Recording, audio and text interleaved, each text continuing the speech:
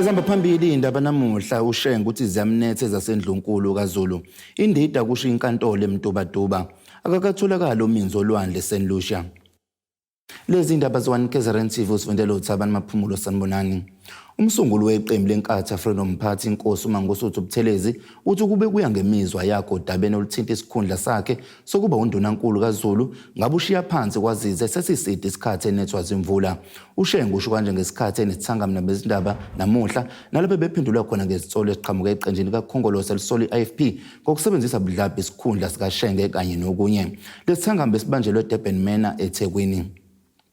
Usola isandla semfeni umntwana wakaphinda ngene inkosi uMangosuthu Buthelezi ngestatement esiphume egameni lesilo sipasobhisa amaqembu ezepolitiki asebenzisa ubuso besilo uMisuzulu ukuqhuba ke imikhankaso yawo. uButhelezi uthi ke isilo kasazani nalesi statement njengoba ke sibhalwe ngokungemthetho.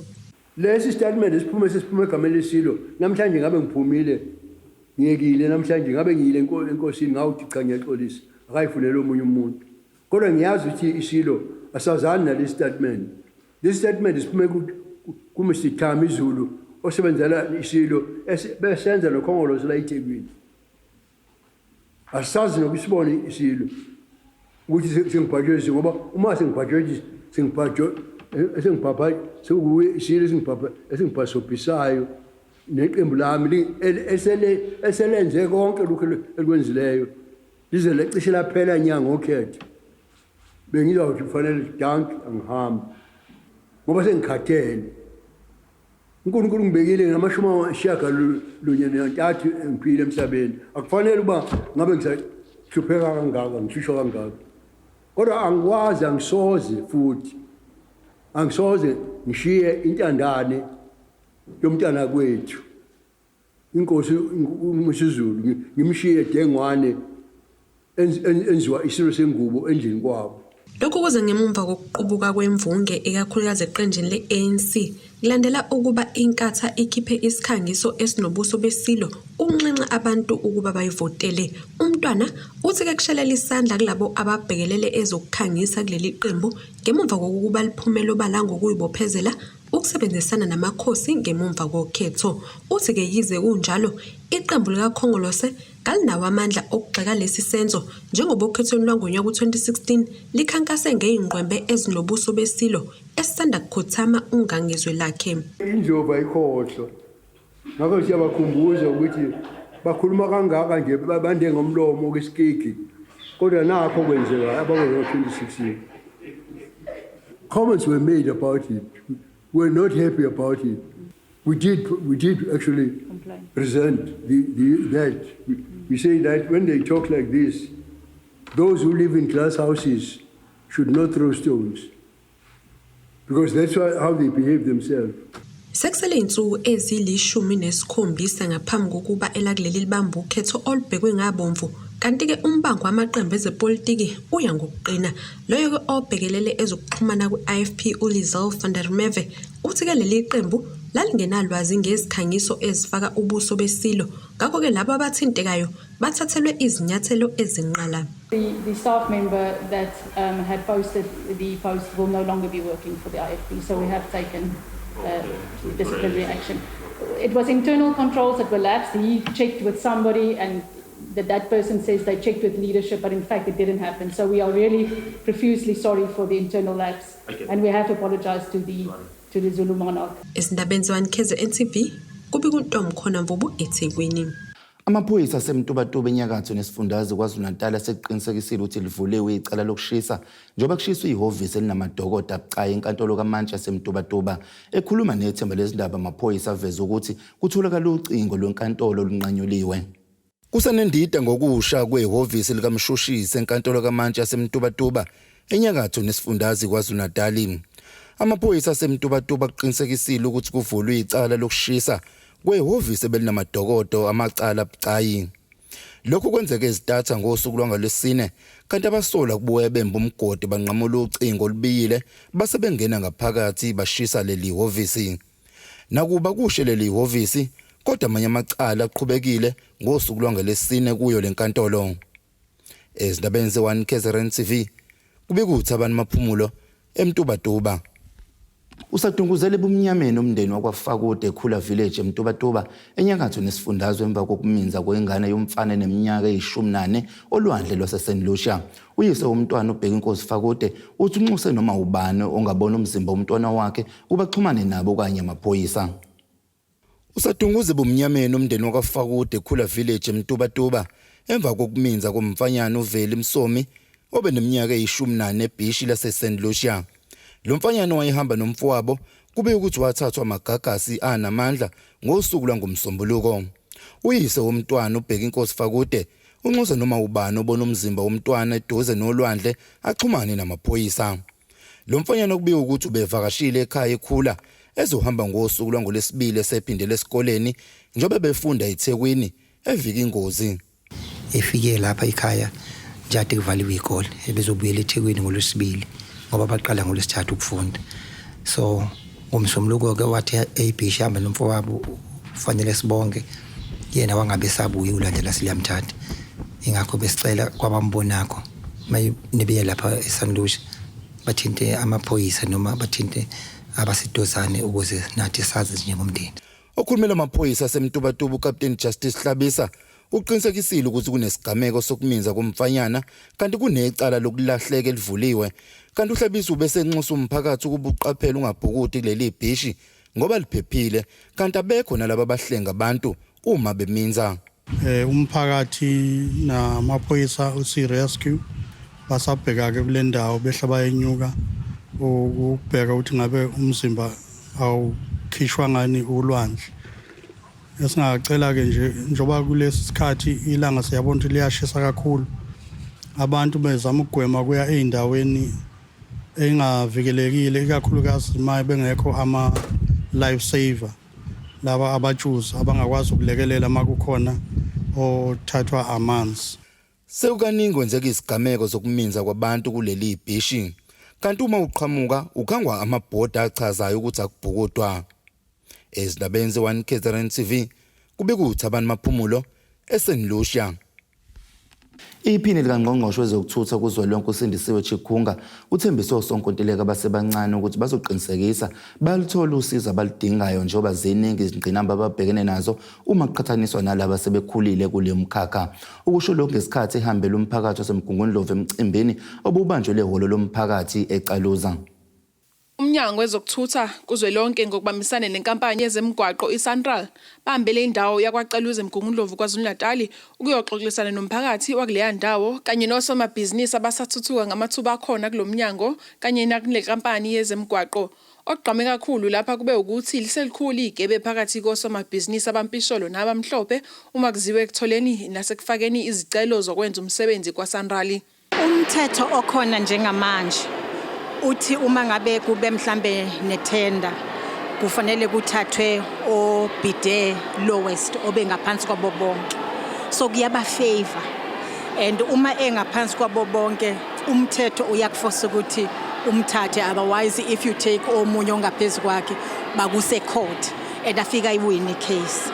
But then we have a public procurement bill ezama uku-addressa exactly leyo problem because sesiyibonile as a government ukuthi ngalendlela umthetho oyiwona awus-assist vele uwenza ukuthi abantu bakithi bangakhoni because yenye into mangabe kufanele ukuthi uyothenga i-equipment nomuntu o-ownisha i-equipment awukwazi ukukhompyutha nayo.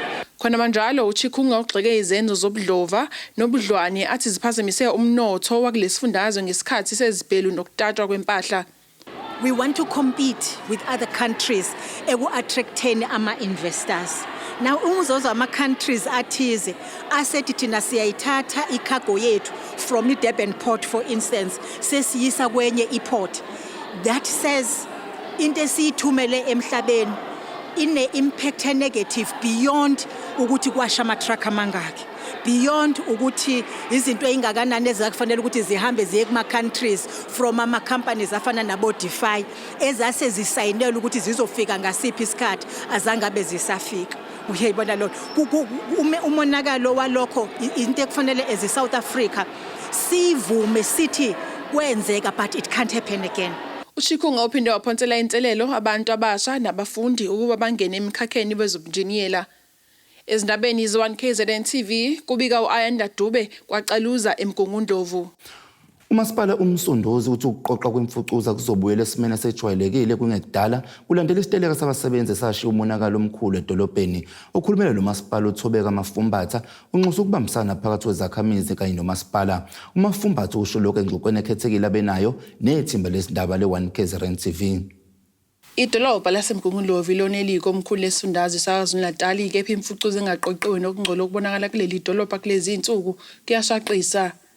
Lokhu kulandela isiteleka sesiphelile nesithathe cishe amasonto amabili sezisebenzi zikamasipala eziqoqa imfucuza ebezikhala ngamaholo.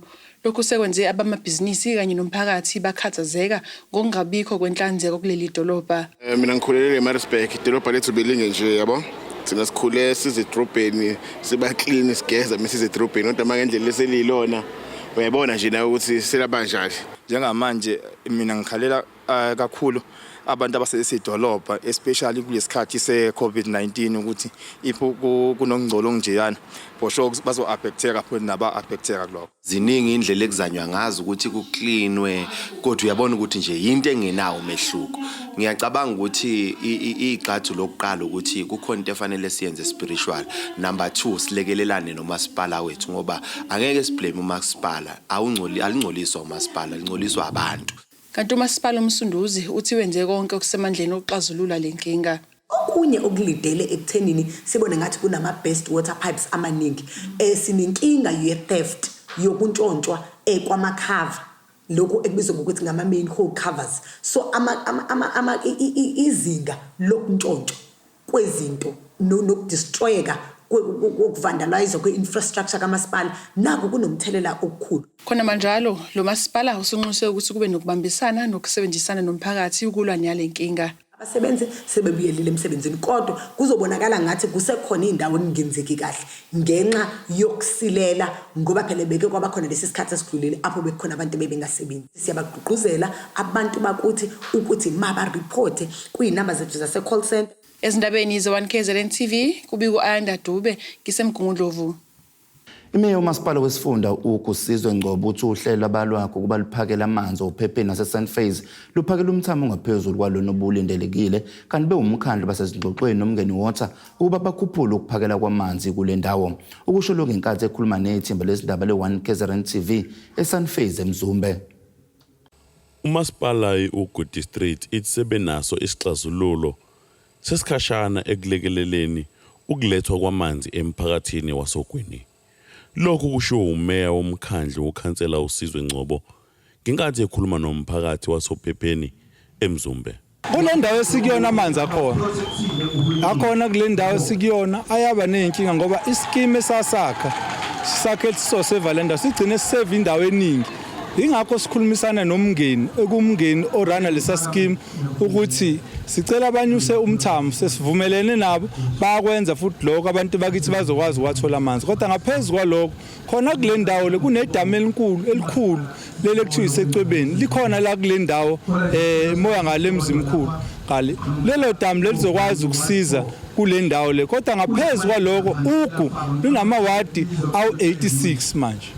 Mawukhuluma usuka endaweni yaseHarding uzobona kwaJali ukuthi abantu bayaJali enkosini uJali bawathola amanzi manje kodwa nakhona iproblem eyakhekile bangavelanga nje amanzi angabi khona kwabe ukuthi la sithatha khona amanzi ayaphela kodwa nalawe kade vese khona amanzi sibe sesizola senkingeni abantu bakithi baxhuma epayipini elikhulu sesikulungisile lokho eindawo eziningi siyadila nazo eHarding lezi singokwazi ukufaka amapayipi siwanikeza ama-water tank. Siyathembisa futhi ukuthi ngokubambisana nabo siyabona ke ekugcineni manje nithi siyenzeka endaweni zakogcilima endaweni zangala ngezansi koPortshepsini ukuthi kukhona laba sebebuyile abaphinde futhi belumaze infrastructure. Sazi ke noma bafuna ukuthi lo hulumeni angabe savotela ngoba lento uyibona iqala manje kuleli sonto nje kunendawo eziningi indawo zakoShelly Center evekutholakala ukuthi ayinamanzi mekuthiwa kuyabhekwa utholakala ukuthi kunendawo ezivaliwe.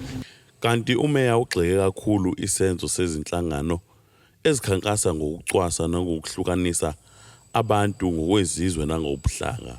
So asifuni ukuthi sibone abantu bakithi bexakekile ingakho sikugxeka futhi ezohulumeni ukubona abantu njenge-DA isebenzisa ingwembe ukudivide abantu bakithi kwendaweni zasePhoenix. But ngaphezulu kwaloko siyafisa futhi ukusho uhulumeni ukuthi nalabo abasebenzisa isilo sethu ukuthi basebenzise ngendlela erong ukuthi bakhampene ngayo. Siyafisa neNdlunkulu ukuthi iziveze nayo ukuthi ayinalo ulwazi ifingenalo ulwazi ngoba phela isilo esethu sonke whether uphathi A uphathi B esethu sonke ikhombisa ngokusobala abanye abantu ukuba disparate ebanguthi basebenzise ama figures esiwathandayo nesiwahloniphayo ukuthi bakhampenela ama political parties awo. Siyagxeka kakhulu ke lokho uhulumeni la ogwini. Siyafisa futhi ukunqunqa amakhosi alogwini ukuthi angayisebenzisi leyonto ukusebenzisa into zepolitiki ukulo ngoba leyonto divide umphakathi. Kodwa futhi siyakujabulela ukuthi umphakathi wakithi ukubonile nje ukuthi ukuxakeka kwabantu bengazi ukuthi bazobe bekhampeni abakhampeni bathini. Ezindabeni ze1KZNTV kube uSigananda kaZokufa Shezi ogwini. Oyilungu lobuholi beANC ngaphansi kwesifunda ithe ukuthi abanyawose ukuthi kuzomela abikwa amalungu aleli qembu asoleke ekuthena ahlomula kuhlelo lwamathenda okulethwa kwamanzi ngamalolo okugcina kuvela izinsolo ezithi zijwa ngamabomu yokulungisa kwamanzi ngoba befuna ukuzihlomulisa bona. Unyawose ukusho lonke inkathi behambele erenke ematekisi othongathi ukuyoxoxisana nabagibeli kanye nabahlali baku Ward 62 okungenye amawadi athole kanzima ngokuvalelwa amanzi isikhathi eside. Indawo yasothungathi iyendawo ehlala izinhlanga ezahlukene. Obala phakathi ongabantu abamnyama kanye nabomdabu ubasendiya iphinde ibe nedolopha elincane elidala ukuthi kuhlezi kuphithizela kulona. Amawadi nawo akulendawo ahlukene nezinkinga ezahlukene. Ezinye zazo okukushoda kwezindlu nokugcina kwandisa izakhiwo ezimjondolo bese kwezinye kube khona ukushoda kwamanzi. Kwimpikisho yangaphambilini yezikhalazo zamanzi kwavela izinsolo zokuthi ukuzitshwa kokuthuthukiswa kwengqalazinda yamanzi kungenxa yokuthi kuneziphathimandla kanye namalungu kakhongolose ahlomulayo kulolu hlelo lokusatshalaliswa kwamanzi ingamaloli okubenza bayishaya indiva eyokulungiswa kwezinkinga zamanzi. Ekhuluma nethimba lezindaba erenke ematekisi othongathi oyilungu leANC kubuholo obubambile uThabanyawose uthe ukaningi bezwe imibiko efana naleyo kodwa banxusa ukuthi kuvezwe obala amalungu bese kulethwa nobufakazi obuphathekayo. Ungabe uhle kuba kuthiwa sithi kunecala noma kunesikhalazo esifakiwe ku public protector noma esifakiwe kwa ombuds esithi kunabantu beANC abasola ukuthi bayahlomula kulolu hlelo lama water tank lokukhangela kamanzi ngabe kungcono ukuphendula lezo statement zandile ziningi endaweni eningi kodwa sinabo ubufakazi ukukweseka lokho. Therefore njenge-ANC asifuni ukuphendula lokho esikwaziyo thina ukuthi umasipala we-ANC ngoba une-responsibility ukuthi uma amanzi engekho emapayipini kuma-reservoir ibe khona indlela yokwaletha emphakathini. Ephendula umbuzo ngodaba lokwanda kwemjondolo eThekwini, uNyawose uthi imhlaba enobunikazi kuzomela abanikazi bayo bayigade ukuze kuzokuncipha ukwakhiwa kwemjondolo egcina ibuyisela uhulumeni emumva kuhlelo lwakhe lokwakhiwa kwezindlu. Ukuthi imhlaba le evacate ngolimi lesilungu eminingi akuyona ngamasipala imhlaba abantu abayimele ukuthi abanikazi bemhlaba eyimele bayivikele imhlaba yabo ngoba uma abantu sebengenile emhlabeni bazakhela ngokomthetho kahulumeni awukwazi badilizela kumele umbadilizela ubanikeze ezinye indawo zokuhlala. Bezikhulumela ngokwabo abashayeli bamatekisi mayelana nokuvakashelwa amaqembu ahlukene ezepolitiki ukuzokhulumisana nabo ngoba benxenxa ivoti kule rank babe sebebeka kanje mayelana nokuvotwa kwabo. Ongcono mina sister ngavele ngivotela iEFF.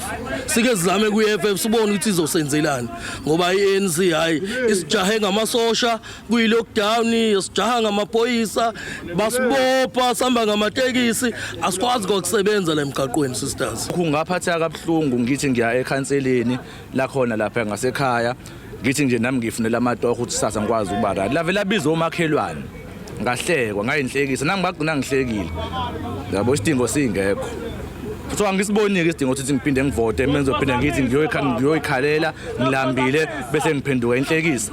Emdaweni sinayo umgwaqo sinawo amanzi njengamanje sinalokho nje kuphela kodwa nizoyivotela ANC. Ngotebogo Sibisi wezindaba ze1KZNTV ngibika ngisotho ngathi Mbukelo sibheke engosini ezomnotho.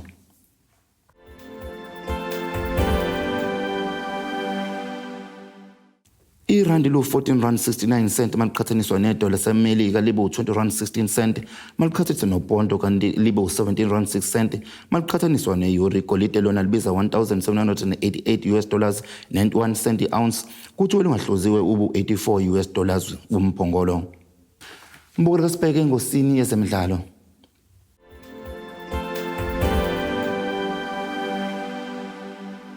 Iqembu leMamelodi Sundowns lithi likholwa ukuthi selikulungele ngokwanele ukuyotholana phezulu neqembu lase-DRC i-AS Maniema Union kumdlalo we-CAF Champions League kulempela sonto. Omunye wabaqeqeshi ku-Downs uRoland Mokwena uza kubethusa ukudlala neqembu lase-Congo ngoba vele sebekujwayele ukudlala namaqembu akhona kulomqhudelwano futhi sebewaqonda kangcono.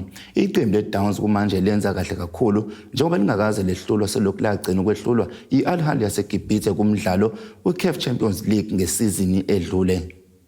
Mbukelo ke sibheke isimo sezulu esingalindeleke osukwini lakusasa.